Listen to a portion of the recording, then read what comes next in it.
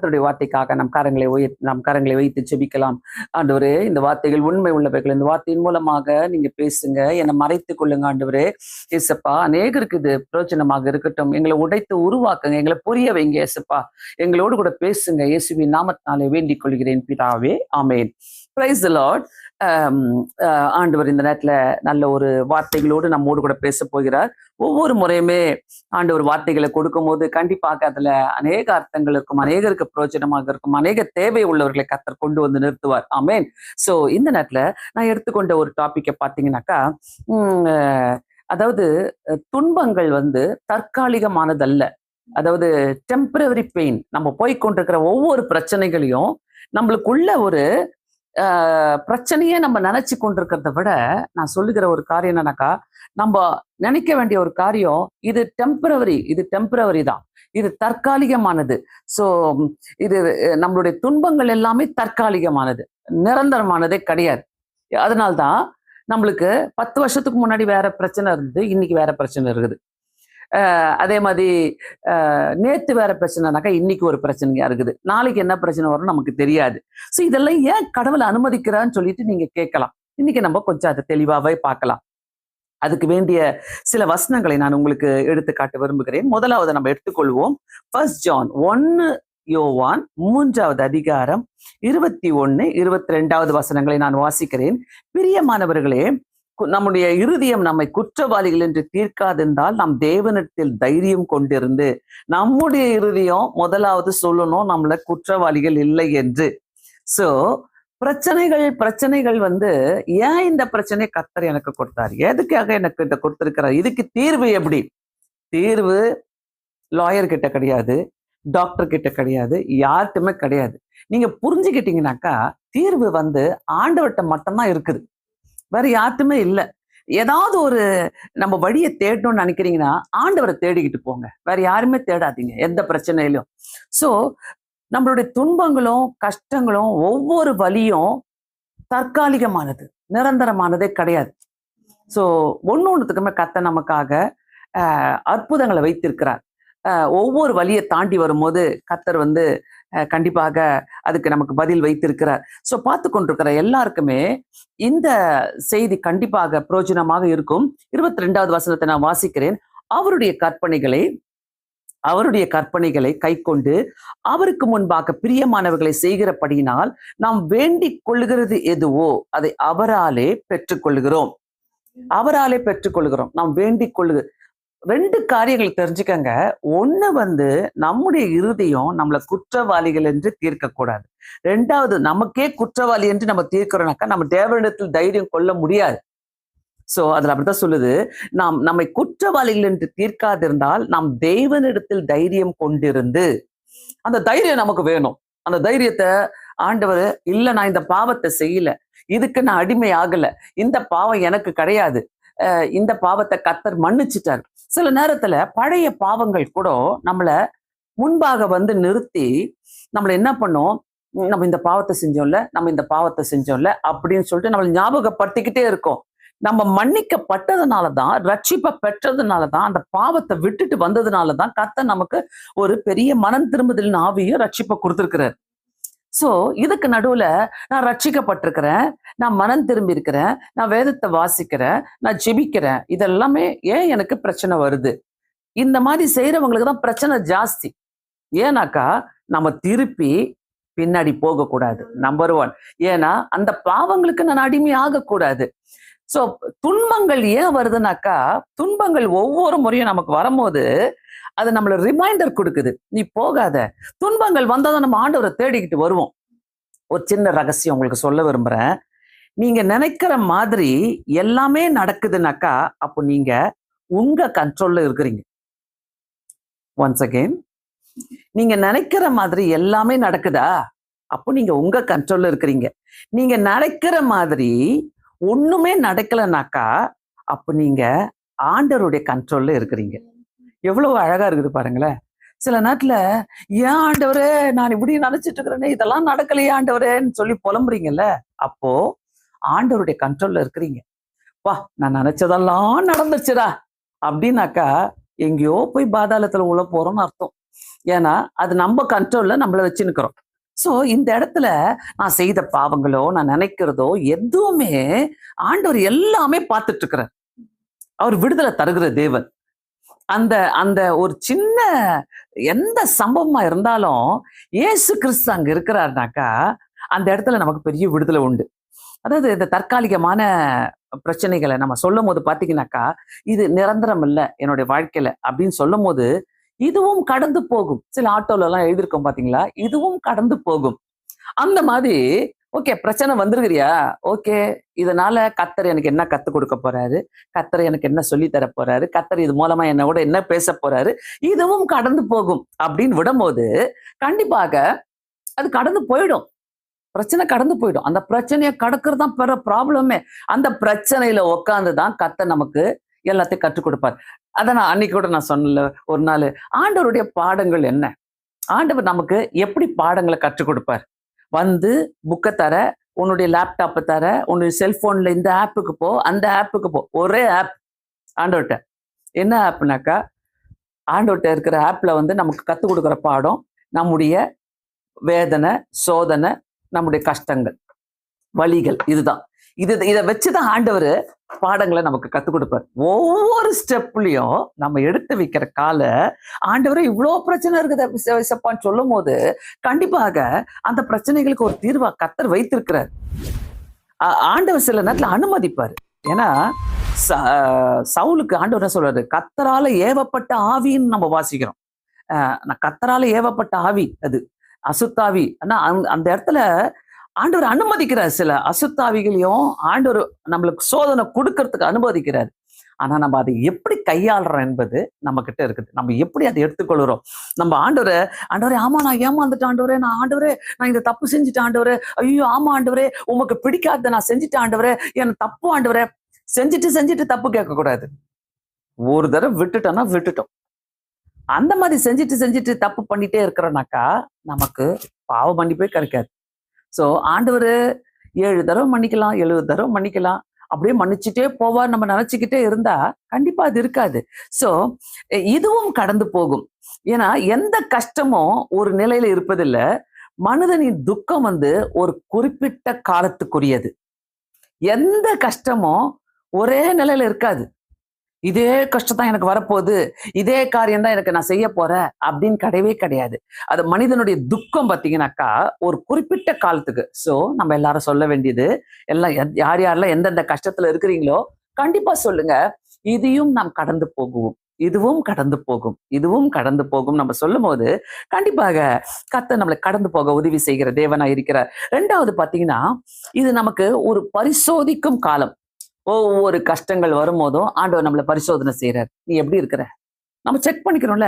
டாக்டருங்க என்ன சொல்றாங்க, 3 மாசத்துக்கு 6 மாசத்துக்கு ஒரு தடவை போயிட்டு செக்அப் பண்ணுங்க. அட்லீஸ்ட் வருஷத்துக்கு ஒரு தடவையாச்சும் செக்அப் பண்ணுங்க, ஃபுல் பாடியை செக் பண்ணுங்க. அதே மாதிரி நம்மளுடைய ஆவிக்குரிய ஜீவியத்தை ஆண்டவரே நான் எங்க குறைஞ்சு போயிருக்கிறேன், நான் எங்க நல்லா பைபிளை வாசிக்கிறேன், எங்க நான் ஜெபிக்காம இருக்கிறேன்.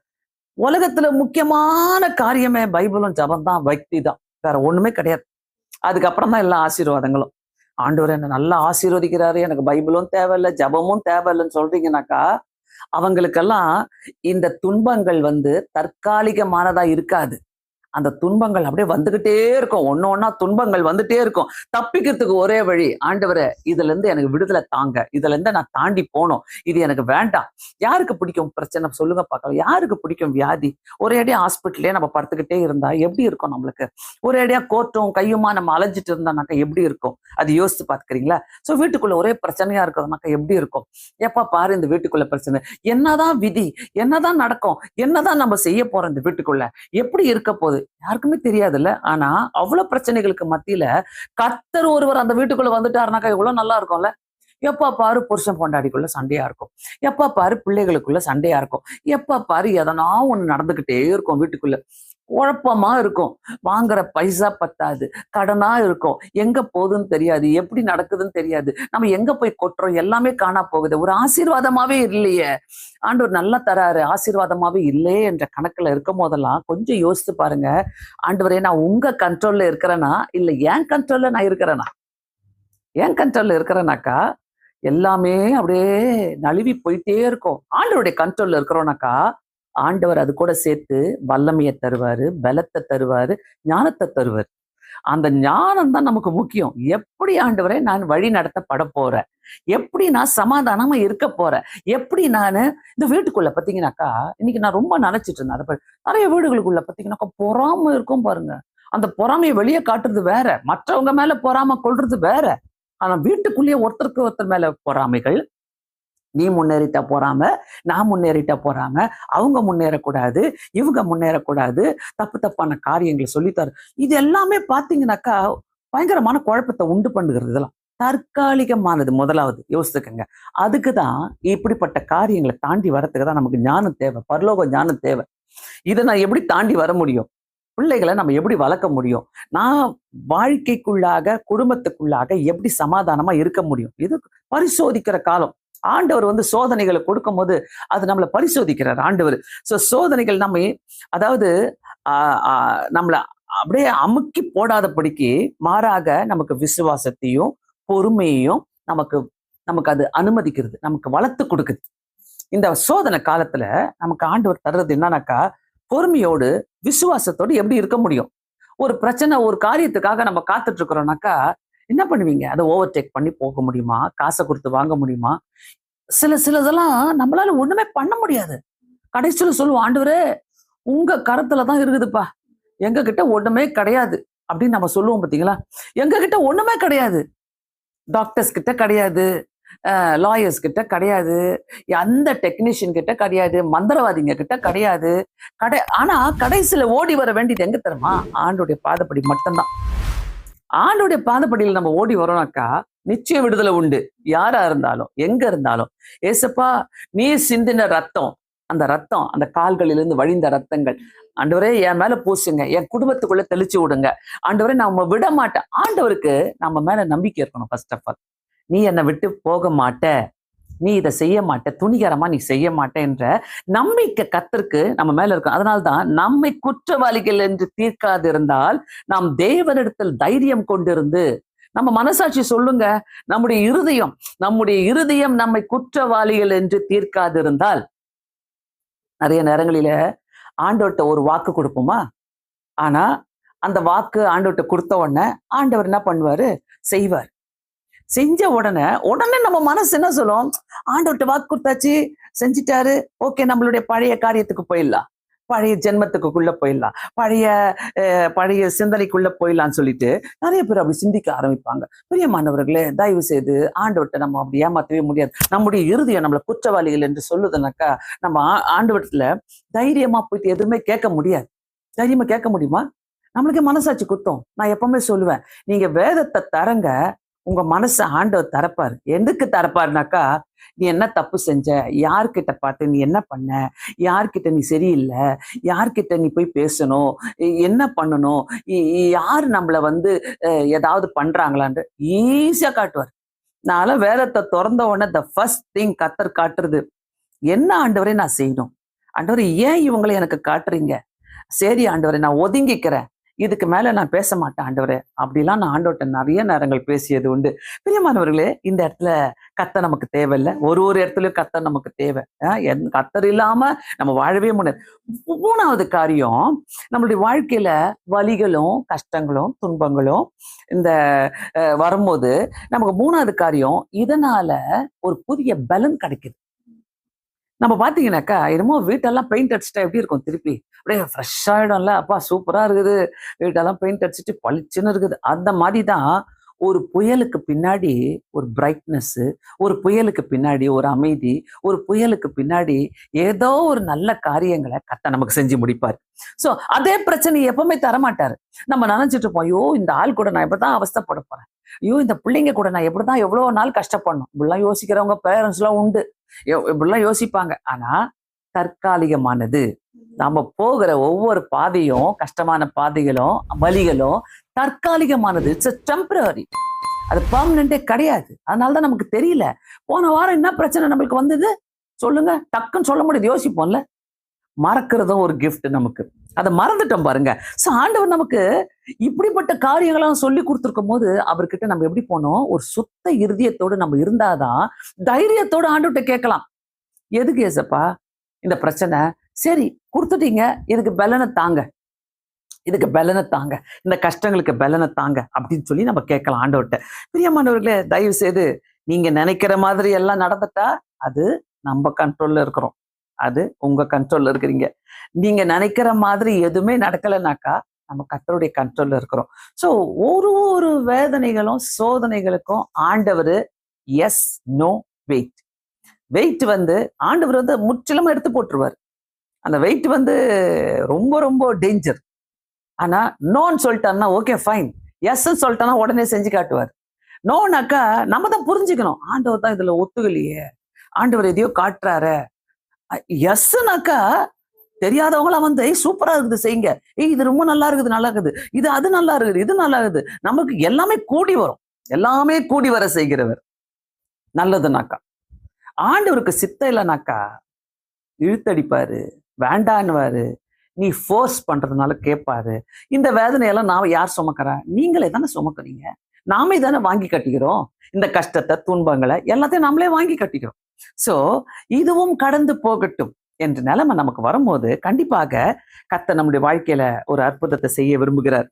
ஒரு சின்ன கதையை உங்களுக்கு நான் சொல்ல விரும்புகிறேன். ஒரு துறவி இருக்கிறார், மலை தேசத்துல ஒரு துறவி இருக்கிறாரு. அவர் அவரை மலையை விட்டு இறங்கி ஒரு கிராமத்துக்கு போவதுக்காக வரும்போது வழியில ரொம்ப டயர்டாயிடுறாரு. ஒரு மரத்தடியில படுத்து படுத்து அப்படியே கண்ணை மூடுறாரு.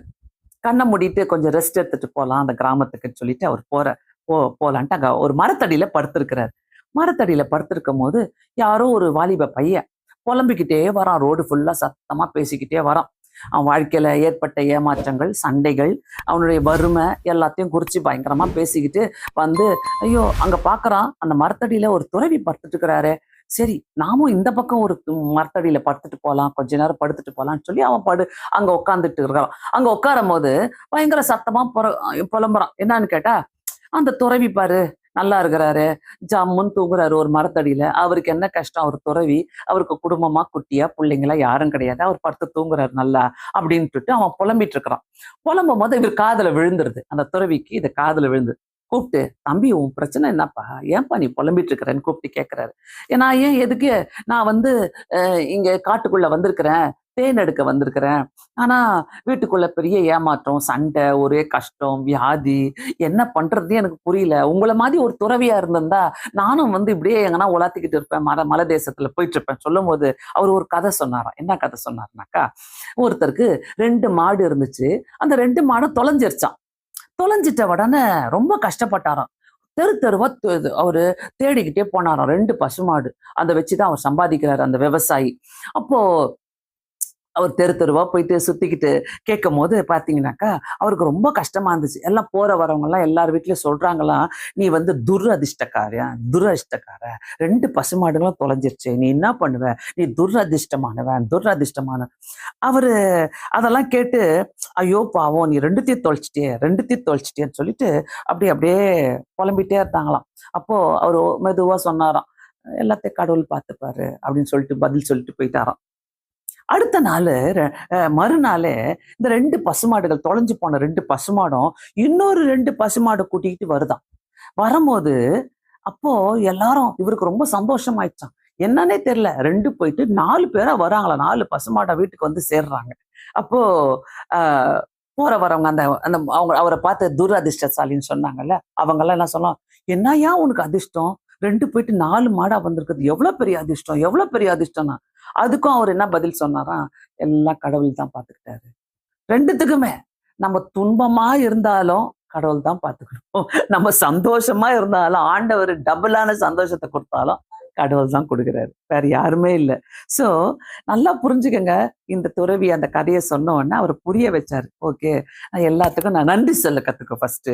ஏன்னா நீ கர்த்தருடைய கரத்துல, கடவுளுடைய கரத்துல இருக்கும் போது நம்ம எந்த பிரச்சனை வந்தாலும் முழங்காலுன்னு ஒண்ணு இருக்குது பாத்தீங்களா, அதை போட்டுருங்க. எந்தெந்த குடும்பத்துக்குள்ள முழங்காலு, ஜபம், பாட்டு, வேத வாசிப்பெல்லாம் இருக்குதோ அந்த வீட்டுல என்ன புயல் அடிச்சாலும் அது கற்பாறையின் மேல கட்டின இதா இருக்கு, அந்த வீடு விழாதபடி இருக்கும். விழாது, அந்த வீடு சாயாது, அது ஸ்ட்ராங்கா நிக்கும். ஏன்னா அந்த வீட்டுக்குள்ள ஜெபம் இருக்குது. அந்த வீட்டுக்குள்ள ஆண்டவருடைய வார்த்தைங்க இருக்குது. அந்த வீட்டுக்குள்ள முழங்கால் இருக்கிறதுனால கர்த்தர் அந்த வீட்டை காப்பாத்துறாரு. நம்ம பிள்ளைகளை காப்பாத்துறாரு. பிரியமானவர்களே, இந்த இடத்துல எல்லாருக்குமே கஷ்டங்கள் உண்டு, துன்பங்கள் உண்டு, சோதனைகள் உண்டு, வியாதிகள் உண்டு. ஒண்ணொண்ணுத்தையும் நான் எப்படி தாண்டி போறேன்? ஆண்டவர் நமக்கு ஞானத்தை கொடுத்திருக்கிறாரு பார்த்தீங்களா? அந்த ஞானத்தை நான் எப்படி உபயோகப்படுத்திக்கிறேன்? அந்த ஞானத்துக்குள்ள இப்பெல்லாம் பயமா இருக்குதுல்ல. ஒரு ஒரு பிள்ளைங்களுடைய வாழ்க்கை பார்க்கும்போது, வாலிப பிள்ளைங்களுடைய வாழ்க்கைய பார்க்கும்போது, வளர்ற பிள்ளைங்களுடைய வாழ்க்கைய பார்க்கும்போது, ஐயோ! எங்கடா போறாங்க? என்ன பண்ண போறாங்க? பேரண்ட்ஸ் எப்படி வளர்க்க போறாங்க? நம்ம சின்ன வயசுல வளர்ந்ததுக்கும், இப்ப வளர்ற பிள்ளைகளுக்கும் நிறைய வித்தியாசங்கள் உண்டு. அப்பெல்லாம் ஏய் அதனாலே பயந்துருவோம்ல. அடுத்த நிமிஷம் அப்படி தூக்கி வச்சிருவோம். ஐயோ! வேணாம், எங்க அம்மா திட்டுவாங்க, எங்க அப்பா திட்டுவாங்க. நான் வீட்டுக்கு எடுத்துட்டு போக முடியாது. ஒரு பென்சில் எடுத்துட்டு வந்தா கூட வீட்டுல ஸ்கூல்ல இது யாருது, இது உண்டு இல்லையே, எதுக்கு எடுத்துட்டு வந்தேன்னு சொல்லி கேள்வி கேட்கிற காலம் அது. என்ன, நீ எந்த அட்டகாசம் பண்ணாலும் கேள்வி கேட்கிற காலம் அது. அம்மா அப்பா கேட்டாங்க. இன்னைக்கு எதுவுமே கேட்க முடியாது, எதுவுமே பேச முடியாது. நான் என்ன செய்யறேனோ அதுதான் ரைட் என்ற காலம் அது. பிள்ளைகள் இன்னைக்கு பயங்கரமாங்க வழி தவறி போகிற காலம் இது. இன்னைக்கு எல்லாத்தையுமே சொல்லி கொடுக்குது. செல்போனும் நம்மளுடைய லேப்டாப்பு எல்லாமே சொல்லி கொடுக்குது. அந்த காலத்துல லேப்டாப் கிடையாது, செல்போன் கிடையாது. எப்படி வளர்ந்தோம், எப்படி நம்ம வாழ்ந்தோம், எப்படி இருந்தோம் என்று ஒரு ஆச்சரியமா இருக்குது. அப்படிலாம் இல்லாம கூட நமக்கு இன்னும் முன்னோர்கள் சுத்தமா எதுவுமே கிடையாது. அவங்களுக்கு டிவி கூட கிடையாது. அந்த மாதிரி வாழ்ந்த நாட்கள்லாம் உண்டு. ஆனா எப்படி நம்ம வளர்க்க போறோம் நம்முடைய பிள்ளைகளை? நம்ம குடும்பத்தை எப்படி கட்ட போறோம்? நம்மளுடைய வாழ்க்கையை எப்படி கட்ட போறோம்? யாருக்குமே ஒண்ணும் புரியாது. ஒண்ணுமே புரியல. பிரியமானவர்களே, இந்த சாயங்கால வேலையில நம்ம பிரச்சனையே நினைச்சுக்கிட்டு உட்கார்ந்துருக்கிறோமா? நம்ம குழப்பத்தையே நினைச்சுக்கிட்டு உட்கார்ந்துருக்கிறோமா? நான் எதை சாதிக்கணும்னு சொல்லிட்டு உட்கார்ந்துருக்கிறேனா? இல்ல கர்த்தர் என் மேல, என் குடும்பத்தின் மேல, என் பிள்ளைகள் மேல என்ன நோக்கத்தை வைத்திருக்கிறார் என்று சொல்லி நம்ம அதை நினைச்சுக்கிட்டு உட்கார்ந்துருக்கிறோமா? ஆண்டவரே, உங்க நோக்கம் என்ன? கர்த்தருடைய பெர்ஃபெக்ட் நோக்கம், கர்த்தருடைய திட்டங்கள் ரொம்ப அழகா இருக்கிறதுனாக்கா எல்லாத்தையும் அழகா செய்து கொடுக்கிற தேவனா இருக்கிற. 2 கொரிந்தியர்ல எப்பவுமே எனக்கு அந்த வசனம் ரொம்ப பிடிக்கும்.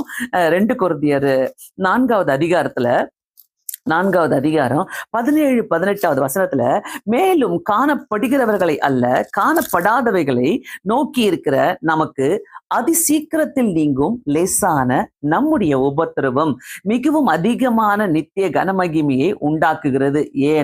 ஏனெனில் காணப்படுகிறவைகளை அநித்தியமானவைகளை, காணப்படாதவைகளோ நித்தியமானவைகள். காணப்படுகிறவைகள் அநித்தியமானவைகள், காணப்படாதவைகளோ நித்தியமானவைகள். சோ அதி சீக்கிரத்தில் நீங்கிவிடும் நம்முடைய லேசான உபத்திரவம். சோ நாங்கள் சோர்ந்து போவதில்லை. பவுலடிகள சொல்றாரு, எங்கள் புறம்பான மனுஷனானது அழிந்து உள்ளான மனுஷனானது நாளுக்கு நாள் புதிதாக்கப்படுகிறது. நாளுக்கு நாள் புதிதாக்கப்படுகிறதுனால நம்முடைய பிரச்சனைகளை கர்த்தர் ஒழித்து கட்டுவார். First of all. சோ நான் என்ன பேசணும், எந்த இடத்துல பேசணும், எதுக்காக பேசணும்ன்றத கர்த்தர் கண்டிப்பாக அந்த ஞானத்தை நம்மளுக்கு கொடுக்க வல்லமையா இருக்கிறார். சோ நம்மளுடைய வலிகள் டெம்பரவரி, நம்முடைய பிரச்சனைகள் டெம்பரவரி, நம்முடைய கஷ்டங்கள் டெம்பரவரி, நம்முடைய வியாதிகள் டெம்பரவரி. ஆண்டவரே, இதுல இருந்து எனக்கு விடுதலை வேணும். இதன் மூலமா எனக்கு என்ன நீங்க பாடத்தை கற்றுக் கொடுக்க விரும்புறீங்க? இதை கேட்கணும். சோ ஆண்டவர் சிலுவைக்கு ஏறினார்ல இயேசு கிறிஸ்து, அது என்ன பர்மனண்டா? இல்லையே. அவரை போட்டு ஒரு 3 மணி நேரம் அடிச்சு உதைச்சி ஒரு நாள் ஃபுல்லா அவரை வதச்சி என்னென்ன பண்ணணுமோ பண்ணாங்க. எல்லாத்தையும் யாருக்காக சகிச்சாரு? நமக்காக சகித்தாரு. நமக்காக சகித்து நமக்கு விடுதலை வாங்கி கொடுத்திருக்கிறாரு. நமக்கு ஆண்டவர் ஒரு வெற்றியை வாங்கி கொடுத்திருக்கிறாரு. எப்பவுமே அந்த ரத்தத்துக்கும் அவருடைய அந்த சிலுவையின் வெற்றிக்கும் ஒரு பெரிய அதிகாரம் உண்டு. அதை வைத்து நம்ம செபிக்கணும். நம்முடைய வாழ்க்கை, நிறைய பேருடைய வாழ்க்கையில, குடும்பங்களில அதே பிரச்சனையோடு அப்படியே உட்கார்ந்துட்டு இருக்கிறீங்க. அதே சிந்தனைகளோடு உட்கார்ந்துட்டு இருப்பீங்க. நாளைக்கு நான் என்ன பண்ண போறேன்? நாளைக்கு எப்படி? ஐயோ, எனக்கு இது பத்துமா? இது போதுமா? எனக்கு சொந்த வீடு இல்லையே. ஐயோ, எனக்கு பணம் பத்தாத, எனக்கு நகைகள் இல்லையே. நான் எப்படி என் பிள்ளைய கல்யாணம் பண்ணி கொடுப்பேன்? எனக்கு யார் இல்லை? இந்த மாதிரி கேள்விகளை போட்டுக்கிட்டு உட்கார்ந்துகிட்டே இருக்கிறீங்கன்னா விசுவாசம் வேலை செய்யாது. அந்த இடத்துல விசுவாசத்தோடு நம்ம இருக்கணும்னாக்கா ஆண்டவர் எல்லாத்தையும் ப்ரொவைட் பண்ணுவார். Everything God provides. விசுவாசம் உள்ளவர்களுக்கு கண்டிப்பா கர்த்தர் ஏற்ற நேரத்துல எல்லாவற்றையும் செய்ய வல்லவராய் இருக்கிறார். உட்காந்து ஜெபிங்க. பேரண்ட்ஸ் உட்காந்து ஜெபம் பண்ணுங்க. அதோட பெரிய ஒரு பெரிய வேலையே இல்லை. ஆண்டவர் நம்மளுக்கு பிள்ளைகளை கொடுத்திருக்கிறாரா? முழங்கால் போட்டு ஜெபம் பண்ணுங்க.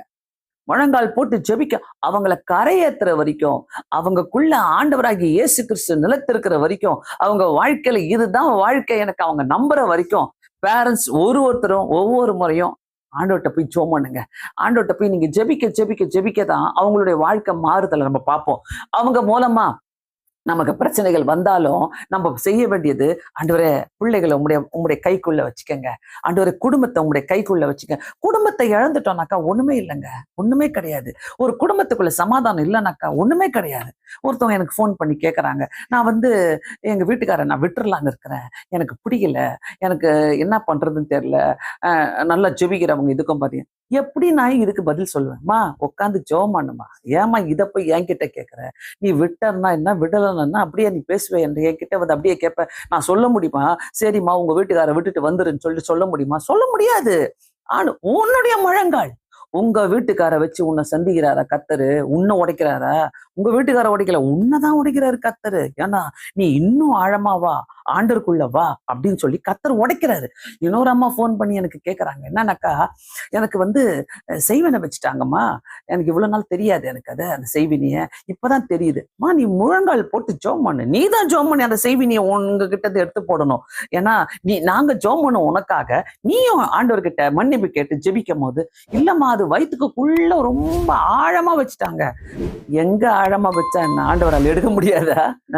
எப்படியெல்லாம் எந்த மருந்த போட்டு எந்த வார்த்தையை போட்டு எப்படி யார வாய மூடலாம் நினைச்சா கர்த்தருடைய கண்ணையும் அவருடைய வாயையும் நம்ம அடக்கி வைக்க முடியுமா? ரொம்ப ஆழமா வச்சுக்கிறாங்க. அப்ப நான் சொன்னேன், அப்ப ஆழமா போய் ஜெபம் பண்ணுங்க, ஆழமான விசுவாசத்தோட ஜெபம் பண்ணுங்க அப்படின்ட்டு.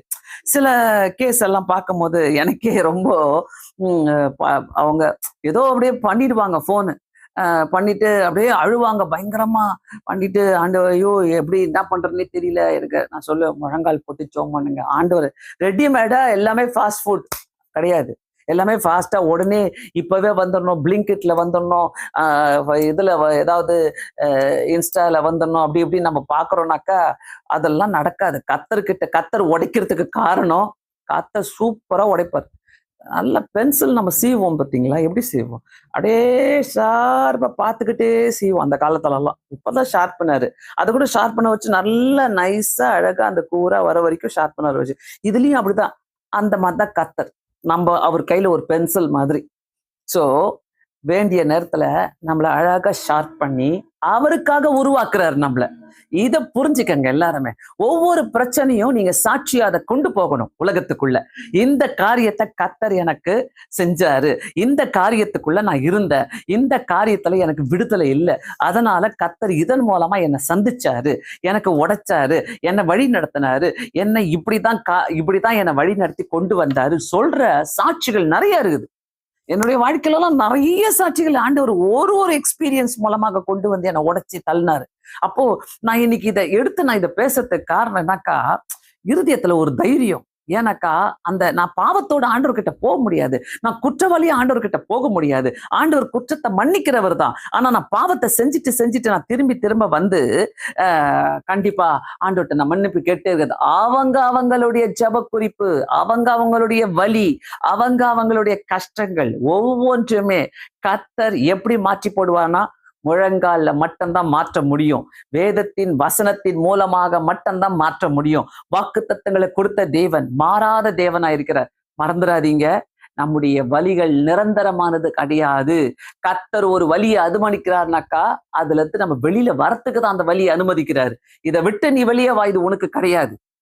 உனக்குன்னு அதை வைத்திருக்கிறார்னாக்கா சமாதானத்தோடு திறந்துகிட்டே போவார், சமாதானத்தோடு வழிகளை திறந்துகிட்டே போவார், சமாதானத்தோடு அதுக்கு எல்லாவற்றையும் செய்துகிட்டே போறவாரு. நீ நினைக்காத ஐயோ இதெல்லாம் நான் ரொம்ப டஃப்னு நினைச்சினேன், கர்த்தர் டப்புன்னு திறக்கிறாரு. அதான் கர்த்தர்.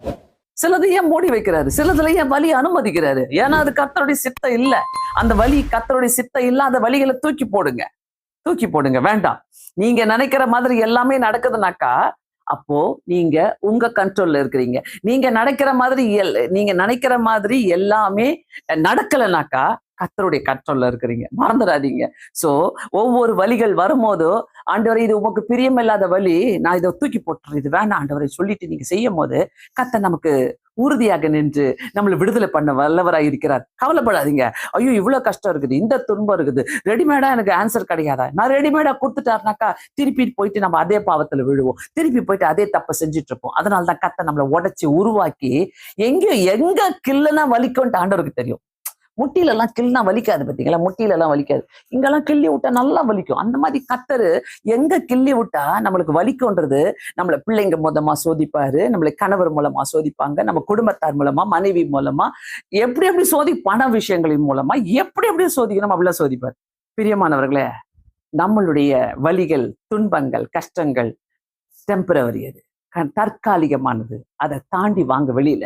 கர்த்தர் எனக்காக என்ன வச்சுக்கிறேன்னு யோசிக்க. கண்களை மூடி செபிக்கலாமா?